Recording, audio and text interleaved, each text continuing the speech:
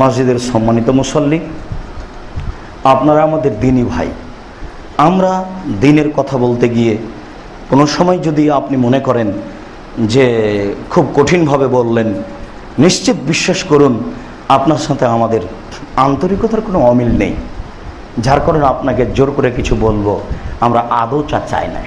আমরা চাই কথাগুলি এইভাবে ভারী করে পেশ করলে অন্তত আপনার সামনে কথাটা থেকে যাবে দীর্ঘদিন। আর এটাই রাসূলের সুন্নাত।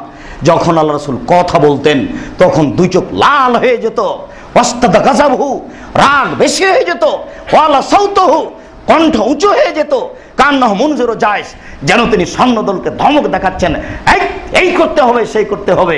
একরাউল কোরআনা ফিল খুতবাতাইনি ওয়াইদাত্তুরুন নাস, তিনি দুই খুতবাতেই কোরআন মাজিদ পড়তেন এবং মানুষকে উপদেশ দিতেন।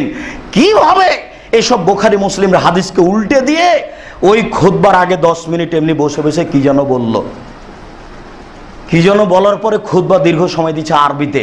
শ্রোতা নাকি সব আরবি, সৌদি আরব থেকে এসেছে।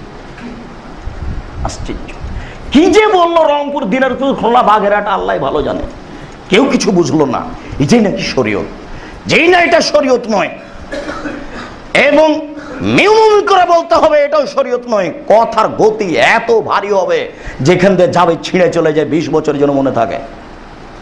এটাই হাদিসের বাস্তব রূপ। দুই খুতবাতেই কোরআন মাজিদ পড়তে হবে, হাদিসের অনুবাদ করতে হবে, মুসল্লিদেরকে শোনাতে হবে।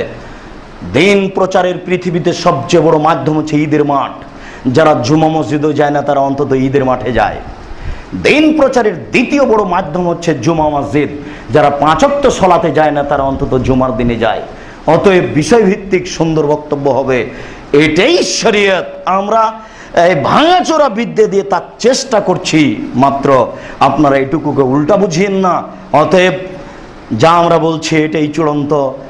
তাড়াতাড়ি ইফতার করতে হবে, দেরি করে নয়। দেরি করে সাহারি করতে হবে, আগে নয়। 8 রাকাত তারাবি পড়তে হবে, 20 রাকাত নয়।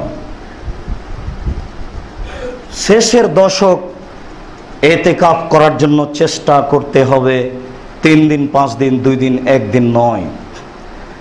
লাইলাতুল কাদর মূল্যায়ন করতে হবে 8 রাকাত তারাবি দিয়ে, 8 রাকাত তারাবি, 8 রাকাত তাহাজ্জুদ, এইভাবে নয়।